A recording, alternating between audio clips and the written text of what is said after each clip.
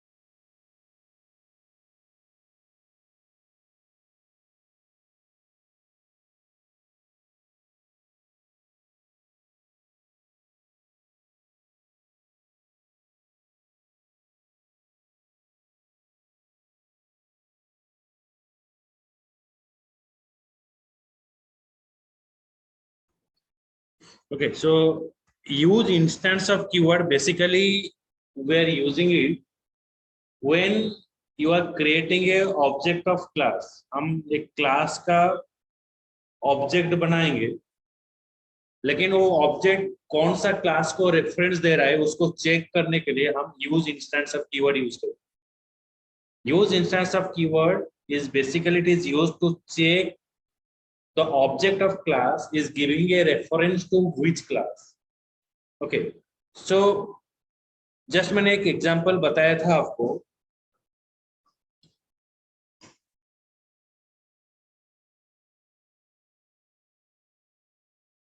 Suppose we have class parent.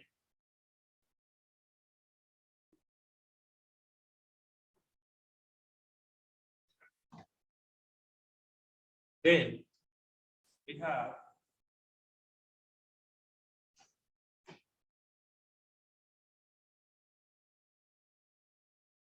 class child. The class child is extends from parent. Class child is extends from parent.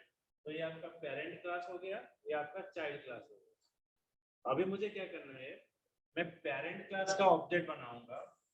तो when you are creating the object, तो normally what happens, हम जब किसी class का object बनाते हैं, तो parent I sir बुनी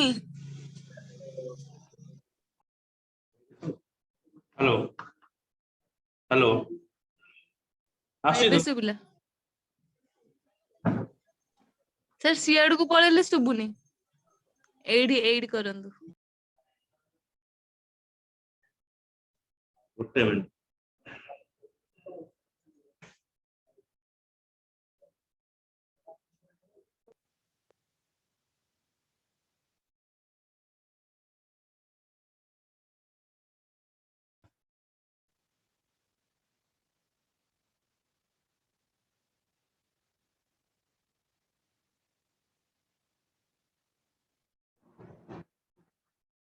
ବୁଝିଲ ତତେ ଏବେ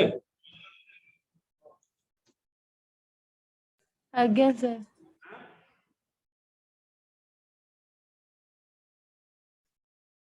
देखो that is I mean when you are creating a object of class parent I is equals to new parent खत्म हो गया just a minute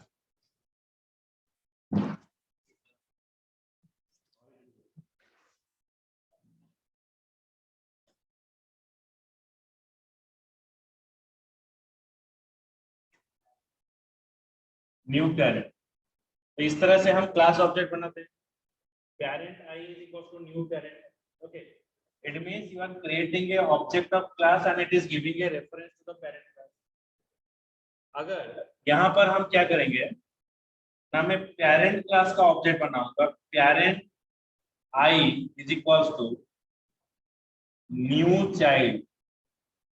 अगर मैं इस क्लास का ऑब्जेक्ट बनाऊंगा तो क्या होगा, मैं पेरेंट क्लास का ऑब्जेक्ट बनाया, रेफरेंस दिया किसको, चाइल्ड क्लास को रेफरेंस दिया। सपोज यहाँ पर void show फंक्शन है पेरेंट क्लास में, यहाँ पर भी आपका void show फंक्शन है, तो दोनों में आपका void show फंक्शन है, यहाँ पर भी void show है, यहाँ पर भी आपका void show फंक्शन। तो ये जो ऑब्जेक्ट जो हम बना रहे हैं, इस ऑब्जेक्ट से जब मैं आई डॉट शो फंक्शन में कॉल करूंगा तो क्या होगा, आपका कौन सा फंक्शन कॉल होगा, पेरेंट क्लास फंक्शन कॉल होगा या चाइल्ड क्लास का फंक्शन, चाइल्ड क्लास का फंक्शन कॉल होगा, क्योंकि हम तो पेरेंट क्लास का ऑब्जेक्ट बनाए लेकिन आज रन टाइम हम रेफरेंस दूसरे को देते, तो इस ऑब्जेक्ट की मदद से आपका क्या होगा, क्या चाइल्ड क्लास का फंक्शन कॉल होगा।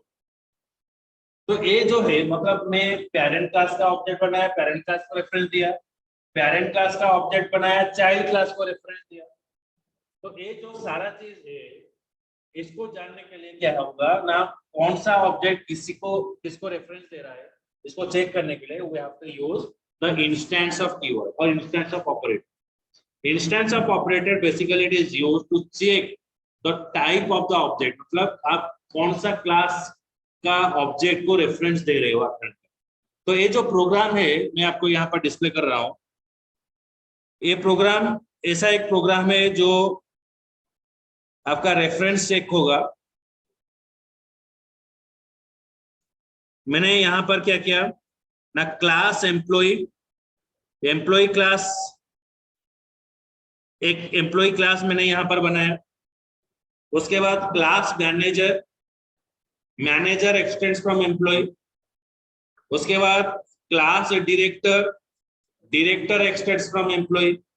अच्छा यहाँ पर आपका एम्प्लॉय क्लास क्या है, एम्प्लॉय क्लास पेरेंट क्लास है। ओके, एम्प्लॉय क्लास से कौन आया है, manager class. Okay, manager class extends from employ, director class extends from employ. तो यहाँ पर मैनेजर और डायरेक्टर ये दोनों क्या हो गया, चाइल्ड क्लास हो गया। Now comes to another class, check instance class. ये जो चेक इंस्टेंस क्लास है ये सेम हायरार्की में नहीं है, मतलब ये एम्प्लॉय मैनेजर और डायरेक्टर के साथ कोई लिंकअप नहीं है, थोड़ा दूसरा क्लास है। ये दूसरा क्लास में मैंने क्या किया, एक फंक्शन मैंने यहाँ पर डाला, public void react function, public void react function. लेकिन अगर यहाँ पर पैरामीटर देखोगे, employ is the parameter, means we are passing a parameter as a class object. ये क्या है, एक क्या दूसरा नया चीज आ गया। तो ये चीज आपको दिखाते हैं ये क्या होता है।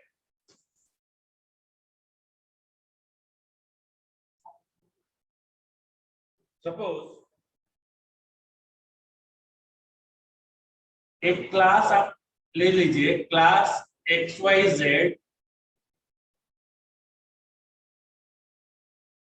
in XYZ I have the function void show int a function, यहां पर एक फंक्शन डाल दिया void show int a।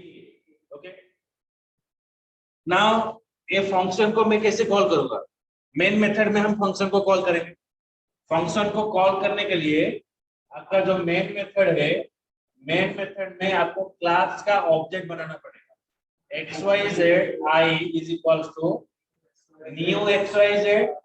यहाँ पर क्या है, आपका इंटीजर वैल्यू है, अगर आपका इंटीजर वैल्यू है तो मेरा वैल्यू भी क्या होगा, यहाँ पर 10 ही होगा, तो 10 मैंने यहाँ पर पास किया। ओके, अगर ये जो फंक्शन है यहाँ पर पैरामीटर क्लास का ऑब्जेक्ट होता है तो आपको यहाँ पर क्या पास करना पड़ेगा, एक ऑब्जेक्ट ही पास करना पड़ेगा। अगर इंटीजर होता है तो int आप अगर लिखते हो तो आप इंटीजर वैल्यू पास करो। अगर यहाँ पर स्ट्रिंग वैल्यू होगा, यहाँ पर स्ट्रिंग वैल्यू पास करो। अगर यहाँ पर आपका क्लास का ऑब्जेक्ट होगा तो आपको यहाँ पर क्लास का ऑब्जेक्ट का वैल्यू पास करना। ओके, तो अगर मैं यहाँ पर एम्प्लॉई ई लिखता हूं, that means I have to pass a parameter in the form of an object, एक ऑब्जेक्ट के मदद से यहाँ पर पैरामीटर मैंने पास कर। ओके, हाँ बोलो।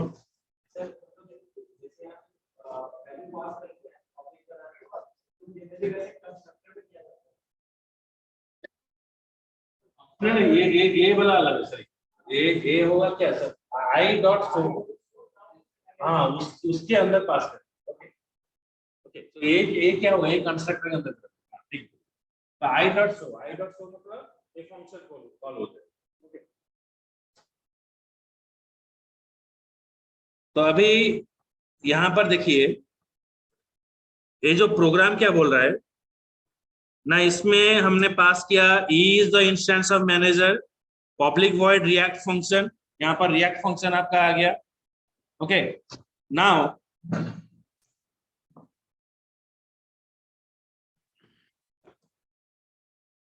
रिएक्ट फंक्शन के अंदर employee E as a parameter है, एम्प्लॉय क्लास का ऑब्जेक्ट एज अ पैरामीटर है।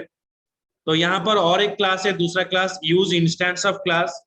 यहाँ पर मैंने क्या किया ना, ऊपर जो क्लास है चेक इंस्टेंस क्लास, उसका ऑब्जेक्ट बनाया check instance UE is equal to new check instance. तो चेक इंस्टेंस क्लास का मैंने यहाँ पर ऑब्जेक्ट बनाया। तो ऑब्जेक्ट बनाने के बाद मैंने यहाँ पर क्या किया, ये जो यू ई ऑब्जेक्ट है, ये जो यू ई ऑब्जेक्ट है, उस ऑब्जेक्ट के मदद से मैं किसको कॉल किया, मैंने कॉल किया रिएक्ट फंक्शन को कॉल किया। किसको कॉल किया, रिएक्ट फंक्शन। रिएक्ट फंक्शन में क्या है, एम्प्लॉय क्लास का ऑब्जेक्ट है। तो जब हम फंक्शन को कॉल करेंगे तभी हमको एक वैल्यू पास करना पड़ेगा। ये वैल्यू किसका होगा ना, यूई डॉट रिएक्ट एक ऑब्जेक्ट ही होगा। वो ऑब्जेक्ट हम किसका पास किए ना, हम एम्प्लॉय क्लास का ऑब्जेक्ट बनाए, रेफरेंस दिया डायरेक्टर क्लास को। तो एक्चुअली ये कौन किस क्लास का ऑब्जेक्ट है, डायरेक्टर क्लास का ऑब्जेक्ट है। आठ रन टाइम आप किसका ऑब्जेक्ट बना रहे हो, एम्प्लॉय क्लास का ऑब्जेक्ट बना रहे हो, लेकिन रेफरेंस किसको दे रहे हो, डायरेक्टर को दे रहे हो। That means OB is giving a reference to the director. अच्छा, ये ओबी अगर यहाँ पर चला आएगा ओबी ऑब्जेक्ट में, तो ए वैल्यू चला जाएगा इसमें ई में चला आएगा, वो भी जाकर ई में इनिशियलाइजेशन हो जाएगा। अभी चेक होगा E is the instance of manager, no, E is the instance of director, yes. तो ये आपको दिखाएगा दिस इज डायरेक्टर, तो मेरा आउटपुट यहां पर आएगा दिस इज डायरेक्टर।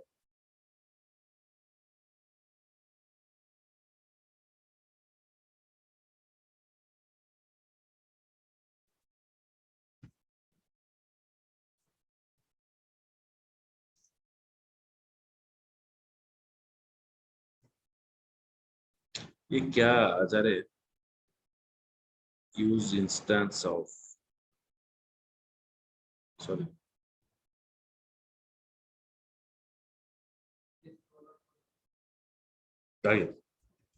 जावा, तो दिस इज डायरेक्टर। ओके, मैं अभी क्या करूंगा ना, ए लाइन को कमेंट डाल देता हूं। अभी मैं मैनेजर को डाला,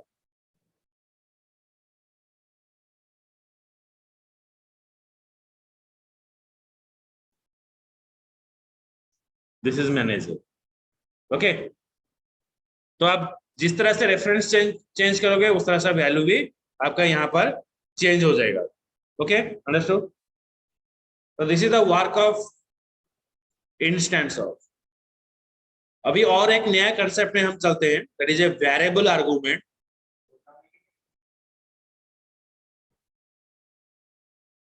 को दे देते हैं, लिख लोगे, ठीक है।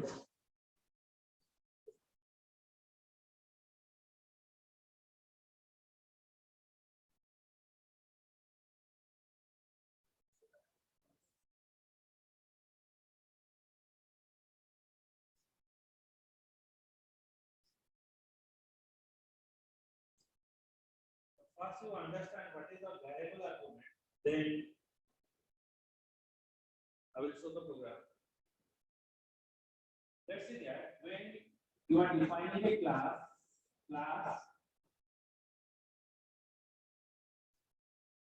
XYZ,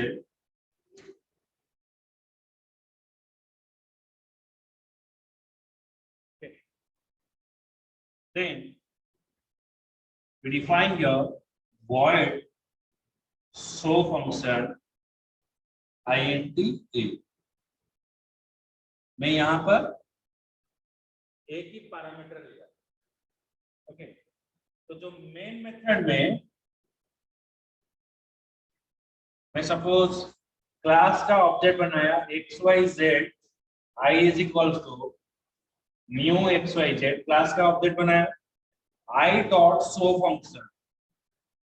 ये अगर मैं करता हूं तो मैं यहां पर कितना वैल्यू दूंगा?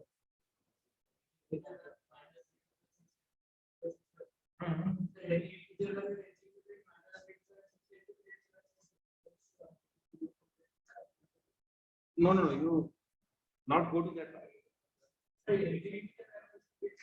चलो मुझे कितना वैल्यू दे? मैं गोटे INT ये हमें पास कर। So how many value आपके पास?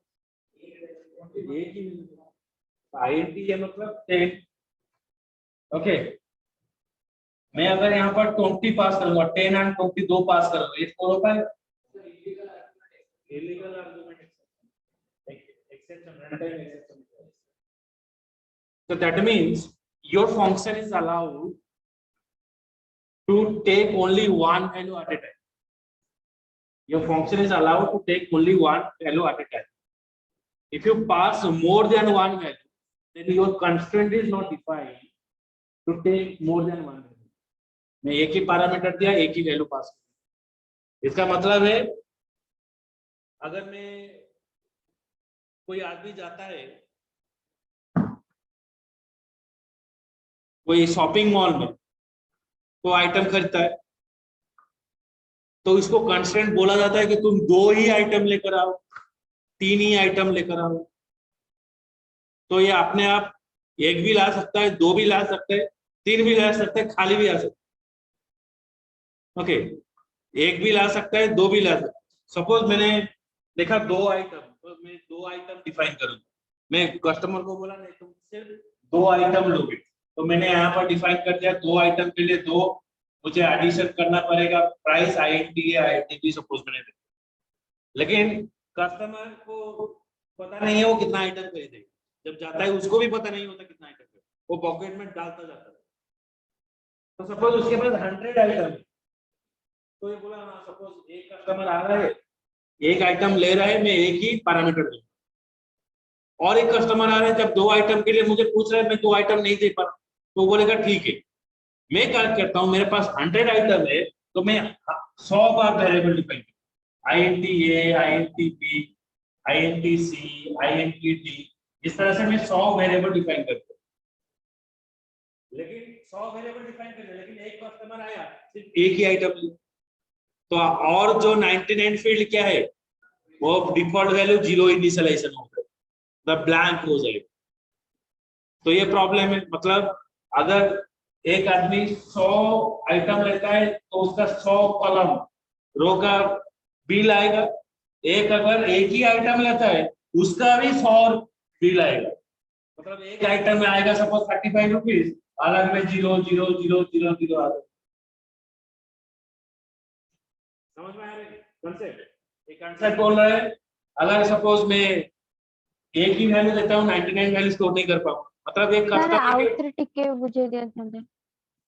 अच्छा देखो मोर कांसेप्ट कोन कहू देखो, मु कहू छी जते बेले गोटे फंक्शन टा मु डिफाइन करू छी, जते मु INT A डिफाइन करू छी, गोटे फंक्शन डिफाइन करले void show INT A गोटे फंक्शन डिफाइन करी, त माने मु जते फंक्शन टा को कॉल करबी ताले मु केतरा वैल्यू देबी, गोटे वैल्यू देबी। बुझियो कि नहीं? Hello yes sir.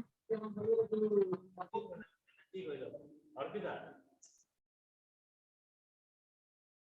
आज्ञा। तो जते फंक्शन टा को कॉल करबी मु गोटे वैल्यू देबी, आउ जते मु एठी आउ गोटे 20 मु पास करू छी, 20 टा मु कोन एठी स्टोर कर परिबी? 20 टा स्टोर होबनी कारण मोर एठी गोटे पैरामीटर डिफाइन कर दे, दीटा पैरामीटर है। तो मते एठी कोन करिया पड़िबो ना, मते दीटा वैल्यू रखियो कहले मते एठी दीटा पैरामीटर दबा INT B, तो मोटे 20 पास कर पारि।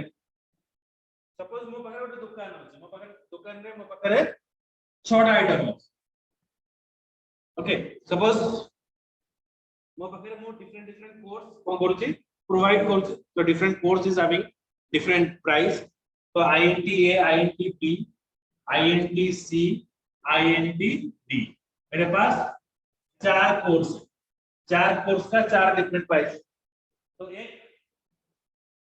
स्टूडेंट आएगा तो नहीं मुझे क्या करना है सर मुझे एक ही कोर्स करना है तो ठीक है तो एक ही कोर्स करो तो एक कोर्स अगर मैं 10 पास करूंगा ये मुझे एरर दिखाएगा क्योंकि ये कितना मांग रहे हैं मुझे सर मैं पास कर रहा हूँ कितना 10 मांग रहे हैं ठीक है तो 4 है तो और 3 के लिए मैं क्या करूंगा मैं एक्स्ट्रा 0 डालूंगा 0 0 0 तो उसका बिलिंग कैसे आएगा सपोज एक्स कोर्स के लिए 10 वाई कोर्स के लिए 0 जेड कोर्स के लिए 0 ओके सपोज Z1 के लिए 0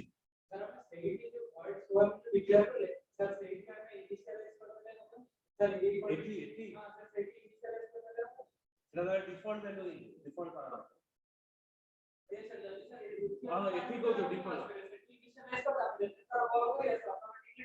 नहीं मुझसे कथा हो जाओ ये कॉन्सेप्ट वेरिएबल आर्गुमेंट रे कॉन्सेप्ट को सेटा तो डिफॉल्ट कथा ये हो गया क्या मतलब एक आइटम मैंने पास किया 10 तो ये सब क्या हो गया 0 हो गया तो ये मुझे क्या दिखाएगा 10 लेकिन ये जो 3 फिल किया है ब्लैक हो गया मतलब मैं अगर एक आइटम खरीदूंगा मु जदी गोटे आइटम किनिबी तले मते चारटा आइटम रो बिल दिखे गोटे आइटम रो प्रिंट वैल्यू देखेबा आ गोटे सब 0 देखे मु जदी दीटा आइटम किनिबी तो दीटा आइटम रो वैल्यू देखेबा आ सब 0 देखे ओके तो ये जो प्रॉब्लम माने गोटे कस्टमर जेतो जाउची दुकान को से कोन वैल्यू नबो से हमको जाना नहीं से ताको ही जाना अछि बस सी भी जानि कितना आइटम नबो कि तो से जितना आइटम नोची ताको मते बिलिंग करिया तो होया you don't know in advance how many value you have to take to a function at runtime at that timing we are using variable argument माने जो जगह रे मते जाना नहीं गोटे फंक्शन को जिते बेले मु कॉल करबी केतरा वैल्यू आज पैरामीटर को पास करबी जदि मते जाना नहीं okay so at that timing I have to use a variable तो जहां पर मुझे पता नहीं है कितना वैल्यू में फंक्शन में एज अ पैरामीटर पास करूंगा तो इस जगह पर मुझे वेरिएबल आर्गुमेंट यूज करना पड़ेगा okay so variable argument define करने का तरीका क्या है अ फंक्शन सेम रहेगा int then 3 dot symbol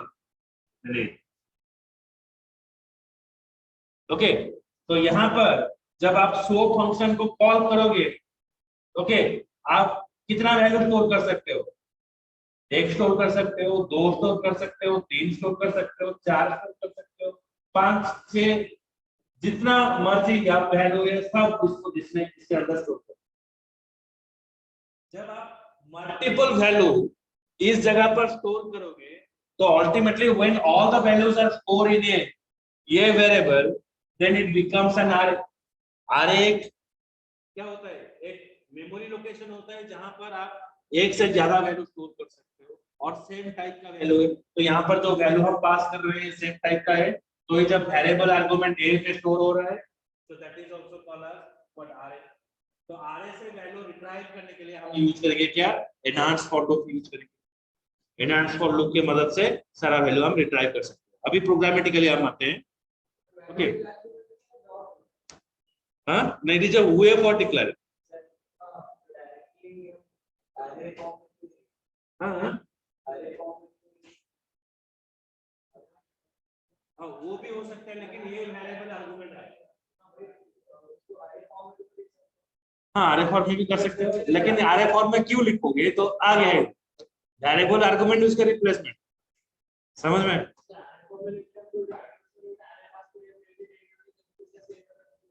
coder size low पूरी साइज देना पड़ेगा फिर साइज को वेरीफाई करना पड़ेगा ओके लेकिन यहाँ पर कुछ साइज देने की जरूरत नहीं हाँ and tinted dot means that doesn't mean you have to pass 3 value you have to pass more than one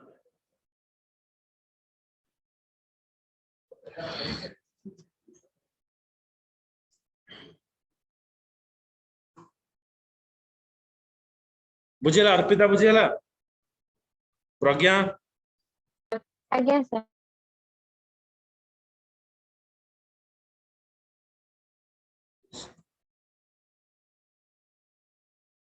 so variable argument is a feature in Java. Variable argument a feature in Java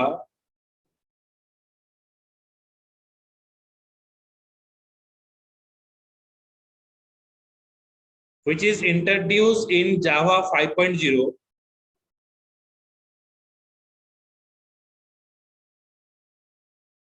Which was introduced in Java 5.0.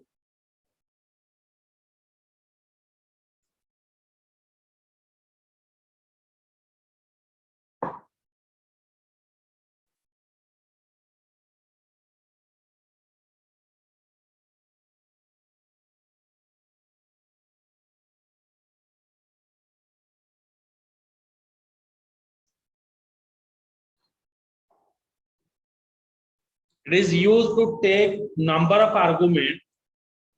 It is used to take number of argument. It is used to take number of argument to function at runtime.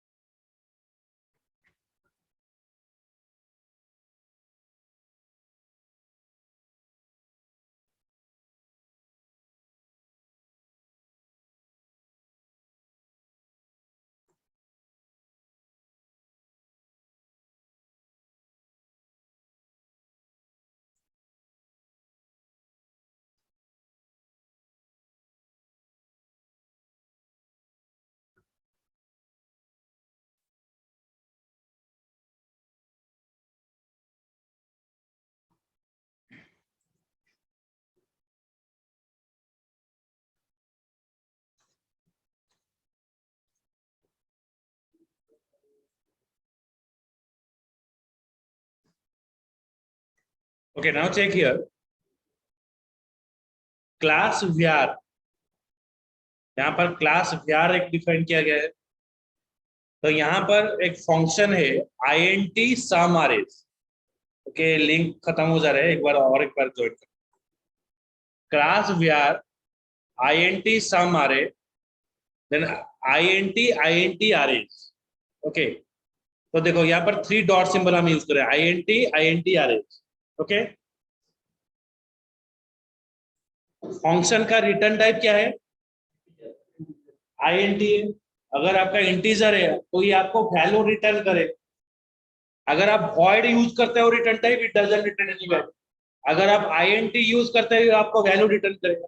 तो क्या return करेगा ना मुझे some return करेगा. तो int sum is equal to 0. तो जितना value आप दे रहे हो वेरिएबल आर्गुमेंट में ये एक array हो गया. array से सारा वैल्यू वो रिट्राइव करके आई में स्टोर कर देगा. इसको बोला जाता है enhanced for loop to retrieve all the element from the array. तो int